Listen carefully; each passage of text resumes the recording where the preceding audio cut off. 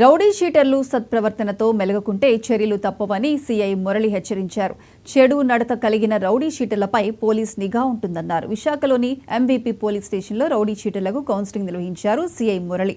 Police commissioner ఆదేశాల మేరకు ప్రతి పోలీస్ స్టేషన్ పరిధిలో నేరాల నియంత్రణపై దృష్టి పెట్టామన్నారు.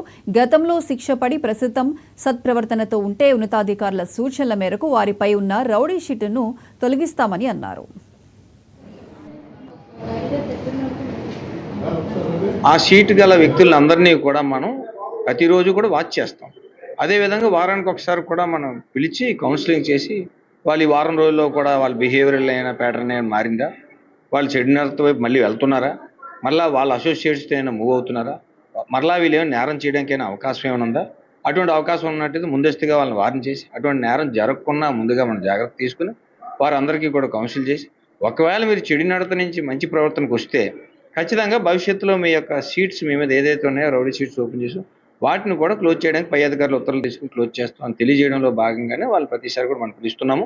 ఎటువంటి పరిస్థితుల్లో కూడా మళ్ళీ బాడీ లెవెన్స్ ఇన్వాల్వ్ వారు కాకూడదు, అంటే ఇంకొకరు కావాలని కాదు. ఎందుకంటే ఆల్రెడీ ఒక చెడు నడత కలవారని బ్రాండెడ్ ఉంది కాబట్టి వాళ్ళు వాటికి దూరంగా ఉండే విధంగా మనం కౌన్సిల్ చేస్తాం. కొన్ని పొలిటికల్గా కూడా మనం ఓపెన్ చేసి ఉన్నారు. వాళ్ళు పొలిటికల్ రౌడీ షీట్లు తీసి ఉన్నట్టయితే అయితే ఒక 35 మంది వరకు ఉంటారు. అందులో చాలామంది బయట ఉన్న వాళ్ళు ఉన్నారు, కొంతమంది జైల్లో ఉన్న వాళ్ళు ఉన్నారు, కొంతమంది సుదూర ప్రాంతానికి వెళ్ళిపోయిన వాళ్ళు ఉన్నారు.